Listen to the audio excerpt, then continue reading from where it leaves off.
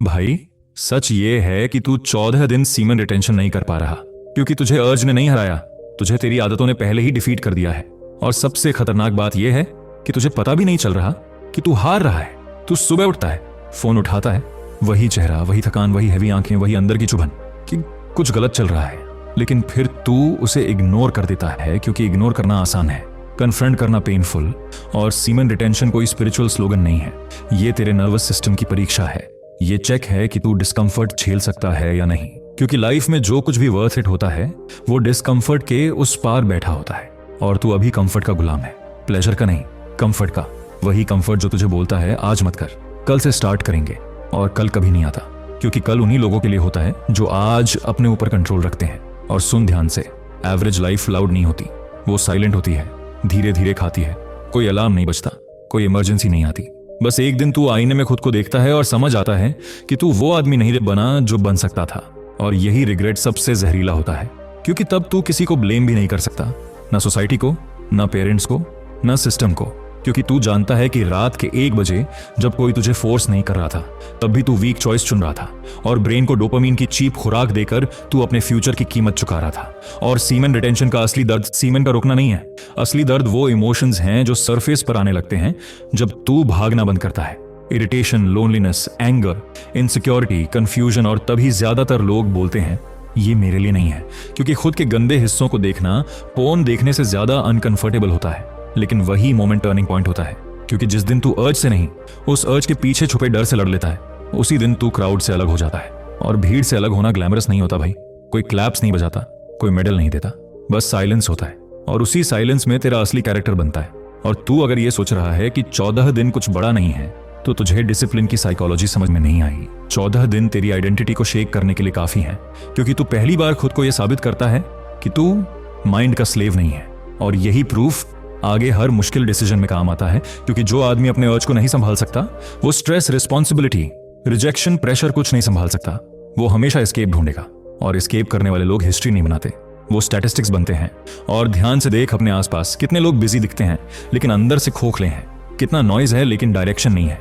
और ये सब एक्सीडेंटल नहीं है, ये कॉन्सिक्वेंस है अनट्रेन्ड माइंड का। और तू उसी रास्ते पर चल रहा है अगर तूने अभी ब्रेक नहीं मारी। और ब्रेक लगाना सेक्सी नहीं लगता, बोरिंग लगता है, लोनली लगता है। लेकिन बोरिंग आदमी ही डेंजरस आदमी बनता है, क्योंकि वो डोपामीन का नहीं, पर्पस का एडिक्ट होता है। और सीमन रिटेंशन तुझे सुपर हीरो नहीं बनाएगा, लेकिन ये तुझे वीक वर्जन से अलग जरूर करेगा। और वीक वर्जन से अलग होना ही सबसे बड़ा अपग्रेड है, क्योंकि वीक वर्जन हमेशा जस्टिफिकेशन ढूंढता है। आज स्ट्रेस था, आज नींद नहीं थी, आज मूड नहीं था। स्ट्रॉन्ग वर्जन बस एक काम करता है, वो करता है जो करना है, मूड हो या ना हो।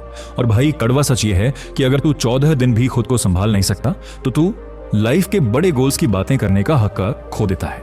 क्योंकि बड़े सपने डिसिप्लिन की करेंसी में खरीदे जाते हैं, मोटिवेशन की नहीं। और मोटिवेशन तू आज देख रहा है, कल भूल जाएगा। लेकिन डिसिप्लिन तेरे अंदर वो आदमी बनाता है जो कल भी खड़ा रहेगा। और अभी जो तेरे सीने में हल्की सी जलन हो रही है ना, वही साइन है कि तू अंदर से जानता है कि तू खुद को धोखा दे रहा था। और यही मोमेंट डेंजरस है, क्योंकि या तो तू इस फीलिंग को दबाने जाएगा या तू इसे फ्यूल बनाएगा। और ज्यादातर लोग दबाते हैं, क्योंकि फ्यूल बनाना मेहनत मांगता है, कंसिस्टेंसी मांगता है, सैक्रिफाइस मांगता है। और यही सैक्रिफाइस एवरेज और एक्सेप्शनल के बीच की दीवार है। और इस दीवार के उस पार क्या है, वो मैं अभी नहीं बताने वाला। क्योंकि पहले ये डिसाइड कर, जब अगली अर्ज आएगी, अगली वीक मोमेंट आएगी, तब तू वही पुराना रास्ता चुनेगा या पहली बार खुद की आंखों में आंख डालकर बोलेगा नहीं। क्योंकि आगे जो आने वाला फेज है, वहां अर्ग से ज्यादा खतरनाक कुछ और तेरा इंतजार कर रहा है। और वहीं ज्यादातर लोग हमेशा के लिए गिर जाते हैं। भाई, अब जो शुरू होता है वो अर्ग नहीं है, वो वॉर है। क्योंकि पहले तू बाहर की चीजों से लड़ रहा था, अब तू अपने ही दिमाग से लड़ेगा। और ये फाइट गंदी होती है, साइलेंट होती है, कोई देख नहीं रहा होता, कोई मोटिवेट नहीं कर रहा होता, बस तू और तेरे थॉट्स। और यहीं पे असली खेल पलटता है, क्योंकि अर्ज एक वेव की तरह आती है और चली जाती है। लेकिन माइंड जो कहानियां बनाता है ना, वो खतरनाक होती हैं। वो तुझे लॉजिक देगा, रीजन देगा, जस्टिफिकेशन देगा, बोलेगा इतना कंट्रोल भी एक्सट्रीम है, सब करते हैं, एक बार से क्या फर्क पड़ता है। और ये वही आवाज है जिसने तेरी लाइफ के 2 से 3 साल पहले ही चुपचाप खा लिए हैं और तूने नोटिस भी नहीं किया। क्योंकि प्रॉब्लम ये नहीं कि तू गिरा, प्रॉब्लम ये है कि तू गिरते गिरते कंफर्टेबल हो गया। और सीमन रिटेंशन के 5 से 7 दिन बाद बॉडी नहीं, ईगो हर्ट होना शुरू होता है। तुझे इरिटेट छोटी छोटी बातें करने लगेंगी, लोग बेवकूफ लगेंगे, नॉइज अनबेरेबल लगेगा। क्योंकि पहली बार तेरा ब्रेन डोपामीन की ईजी सप्लाई से कट हुआ है। और एडिक्ट ब्रेन जब डिप्राइव्ड होता है ना, तो वो एंग्री होता है, रेस्टलेस होता है। और ज्यादातर लोग यहीं रिलैप्स करते हैं, ना प्लेजर के लिए बल्कि उस बेचैनी से भागने के लिए, क्योंकि nobody taught them how to sit with discomfort, how to breathe through urge, how to let thought pass without acting on it। और भाई हाश सच ये है कि लाइफ में जितने भी स्ट्रॉन्ग मैन होते हैं वो फीलिंग्स से भागते नहीं, वो फीलिंग्स को सहना सीखते हैं। और तू अगर अभी भाग गया ना तो तू खुद को ये सिग्नल देगा कि मैं प्रेशर में टूट जाता हूं, और ये सिग्नल सबकॉन्शियस में बैठ जाता है। फिर अगली बार प्रेशर थोड़ा और कम भी होगा, तब भी तू टूट जाएगा, क्योंकि आइडेंटिटी बन चुकी है। वीक आइडेंटिटी, और आइडेंटिटी हैबिट से बनती है, मोटिवेशन से नहीं। और इसी फेज में लोनलीनेस भी हिट करती है, क्योंकि तू वो चीजें छोड़ चुका है जो तुझे फेक कंफर्ट देती थी, लेकिन अभी रियल पर्पस मिला नहीं है। तो एक वैक्यूम बनता है, और वैक्यूम इंसान को डराता है, इसलिए लोग फिर से वही पुराना भराव डाल देते हैं, लस्ट, स्क्रोलिंग, फैंटेसीज, और फिर बोलते हैं बैलेंस जरूरी है। जबकि सच ये है कि बैलेंस डिसिप्लिन्ड आदमी करता है, एडिक्टेड आदमी नहीं। एडिक्टेड आदमी सिर्फ जस्टिफाई करता है। और अगर तू ऑनेस्ट है अपने साथ तो तू जानता है कि तेरा मामला बैलेंस का नहीं है, कंट्रोल का है। और कंट्रोल बिना ट्रेनिंग नहीं आता। जैसे जिम में वेट बढ़ाने से पहले मसल टेयर होती है, वैसे ही सीमेन रिटेंशन में ईगो टेयर होता है। तेरा इल्यूजन टूटता है कि मैं स्ट्रांग हूं, और यही टूटना जरूरी है, क्योंकि जो आदमी अपने इल्यूजन को बचाता है वो कभी इवॉल्व नहीं करता। और इस स्टेज पे ब्रेन तुझे डर दिखाने लगता है। अगर ऐसा ही चलता रहा तो तू एग्रेसिव हो जाएगा, फोकस नहीं रहेगा, नॉर्मल नहीं रहेगा। और ये सारे डर फेक हैं, क्योंकि ब्रेन चेंज से डरता है। ब्रेन सेफ्टी चाहता है, ग्रोथ नहीं। लेकिन ग्रोथ अनसेफ होती है, अनकंफर्टेबल होती है, इसीलिए रेयर होती है। और रेयर लोग ही रिस्पेक्ट अर्न करते हैं, चाहे वो बोलें या ना बोलें। और धीरे धीरे अगर तू टिका रहा तो एक अजीब सी क्लैरिटी आने लगती है। छोटी छोटी चीजें शार्प दिखने लगती हैं, एनर्जी रेस्टलेस नहीं रहती, डायरेक्शनल होने लगती है। और यहीं पर एक नया डेंजर आता है, प्राइड। तुझे लगने लगता है मैं अलग हूं, मैं बेहतर हूं। और यही वो जगह है जहां बहुत लोग फिर गिरते हैं, क्योंकि प्राइड डिसिप्लिन को क्वाइटली पॉइजन कर देता है। तू दूसरों को जज करने लगता है, खुद को सुपीरियर समझने लगता है। और डिसिप्लिन ईगो बनते ही गिरना तय है, क्योंकि ईगो सीखता नहीं, ईगो बस प्रूव करना चाहता है। और सीमेन रिटेंशन प्रूव करने की चीज नहीं है, ये ट्रेन करने की चीज है। रोज साइलेंटली, बिना अनाउंसमेंट, बिना वैलिडेशन। और इस फेज में अगर तू स्मार्ट है तो तू अपनी एनर्जी को कहीं चैनल करता है, work, body, skill, study. Otherwise retained energy frustration बन जाती है, और फ्रस्ट्रेशन रिलैप्स का कजिन है। और यही वो पॉइंट है जहां ज्यादातर लोग बोलते हैं मेरे लिए काम नहीं कर रहा, जबकि सच ये है कि उन्होंने एनर्जी को डायरेक्शन ही नहीं दी। उन्होंने बस ब्रेक लगाई, स्टीयरिंग नहीं पकड़ी। और लाइफ में सिर्फ ब्रेक से गाड़ी कंट्रोल नहीं होती, डायरेक्शन भी चाहिए। और अगर तू यहां तक टिका है ना तो तुझे एक बात समझ में आने लगी होगी, तू अर्ज नहीं है, तू थॉट नहीं है, तू वो अवेयरनेस है जो अर्ज और थॉट को देख सकता है। और जिस दिन ये गैप क्लियर हो जाता है उसी दिन तू क्राउड से साइकोलॉजिकली बाहर निकल जाता है। लेकिन बाहर निकलते ही एक और चैलेंज खड़ा होता है, और वो है कंसिस्टेंसी। क्योंकि अब ये न्यू नॉर्मल बनना शुरू होता है, और इंसान बोर्डम से फिर सैबोटाज करता है, क्योंकि केओस फेमिलियर होता है, पीस अनफेमिलियर। और आगे जो आने वाला स्टेज है ना, वो प्लेजर या पेन का नहीं है, वो आइडेंटिटी का है। तू किस तरह का आदमी बन रहा है। और वहीं पर फाइनल फैसला होता है कि ये सिर्फ 14 दिन का एक्सपेरिमेंट था या लाइफ लॉन्ग शिफ्ट। और वही स्टेज सबसे ज्यादा डेंजरस है, क्योंकि यहां गिरने पर आदमी खुद को सबसे ज्यादा झूठ बोलता है। अब खेल और डीप हो जाता है, क्योंकि इस स्टेज पर प्रॉब्लम अर्ज नहीं रहती, प्रॉब्लम डायरेक्शन बन जाती है। और डायरेक्शन की कमी सबसे डेंजरस होती है, क्योंकि अब तेरे पास एनर्जी है, क्लैरिटी है, लेकिन अगर एम नहीं है तो वही एनर्जी तुझे अंदर से खा जाएगी। और यहीं ज्यादातर लोग साइलेंट रिलैप्स करते हैं। बाहर से स्ट्रांग दिखते हैं, अंदर से खोखले। डिसिप्लिन चल रहा होता है लेकिन विजन नहीं, और बिना विजन का डिसिप्लिन जेल बन जाता है। और जेल में आदमी ज्यादा देर टिक नहीं पाता। इसलिए समझ, सीमेन रिटेंशन का असली मकसद रोकना नहीं है, असली मकसद बदलना है। आइडेंटिटी बदलना, रूटीन बदलना, स्टैंडर्ड्स बदलना।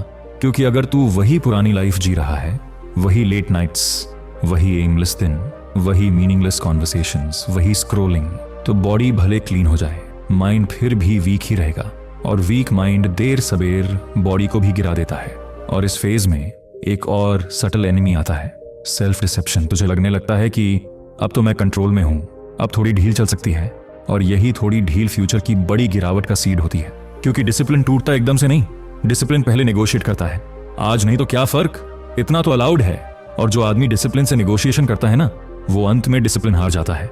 और यहां एक ब्रूटल सच है जिसे बहुत कम लोग एक्सेप्ट करते हैं, रिटेंशन अपने आप में कुछ नहीं करता। तू क्या करता है रिटेन्ड एनर्जी के साथ, वही डिसाइड करता है कि तू डेंजरस बनेगा या फ्रस्ट्रेटेड। क्योंकि एनर्जी अगर क्रिएशन में नहीं गई तो डिस्ट्रक्शन में जाएगी, और डिस्ट्रक्शन हमेशा पहले सेल्फ से शुरू होता है। Overthinking, anger, ego clashes, unnecessary fights, superiority complex. और फिर आदमी बोलेगा रिटेंशन से इरिटेबिलिटी बढ़ गई, जबकि इरिटेबिलिटी तेरे अनचैनल्ड पावर का सिम्टम है और पावर बिना पर्पस मैडनेस बन जाती है।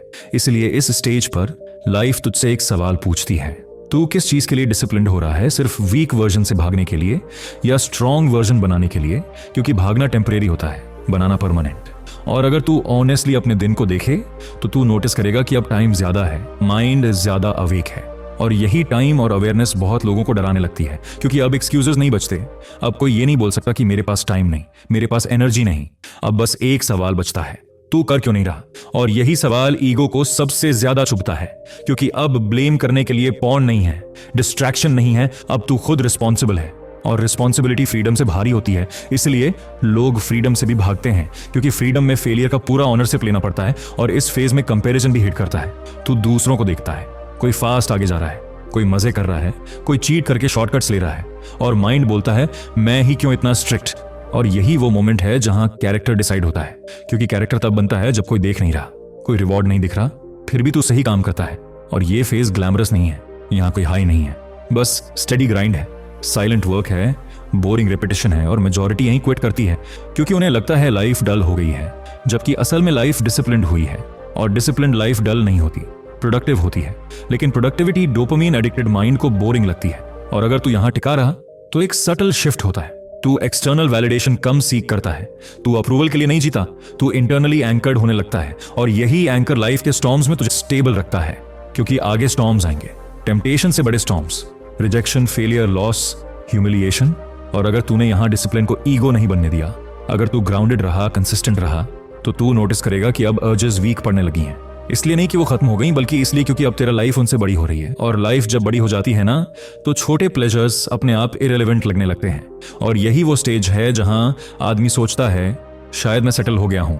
और यही सोच सबसे बड़ा ट्रैप है, क्योंकि ग्रोथ कभी सेटल नहीं होती। ग्रोथ डिमांड करती है next level, next standard, next sacrifice. और आगे जो आने वाला फेज है वो रिटेंशन, डिसिप्लिन या अर्जेस का नहीं है, वो पावर का है, इन्फ्लुएंस का है। और पावर के साथ सबसे बड़ा खतरा जुड़ा होता है, मिसयूज। और वहीं पर डिसाइड होता है कि तू डिसिप्लिन्ड आदमी बनेगा या कंट्रोल फ्रीक। और वो फर्क अगर तू समझ नहीं पाया तो सब कुछ होते हुए भी तू अंदर से हार जाएगा। अब यहां आकर कोई एक्साइटमेंट नहीं बचती, कोई रश नहीं, कोई ड्रामेटिक हाई नहीं। और यही पॉइंट है जहां ज्यादातर लोग कंफ्यूज हो जाते हैं, क्योंकि उन्हें लगा था कि डिसिप्लिन करने के बाद लाइफ मूवी बन जाएगी। लेकिन असल में लाइफ क्लियर बनती है, शार्प बनती है, ऑनेस्ट बनती है। और ऑनेस्टी सबसे अनकंफर्टेबल चीज होती है, क्योंकि अब तू खुद से झूठ नहीं बोल सकता। अब तू जानता है कि तू क्या कर सकता है और क्या नहीं कर रहा। और यही अवेयरनेस भारी पड़ती है, क्योंकि अब फेलियर एक्सीडेंटल नहीं होता, डेलिब्रेट दिखता है। और इस स्टेज पर टेम्पटेशन पॉइंट का नहीं होता, टेम्पटेशन पावर का होता है, ईगो का होता है, सुपीरियोरिटी का होता है। तू देखता है लोग वीक हैं, डिस्ट्रैक्टेड हैं, एक्सक्यूजेस में जी रहे हैं, और तेरा माइंड सटली बोलेगा मैं उनसे बेटर हूं।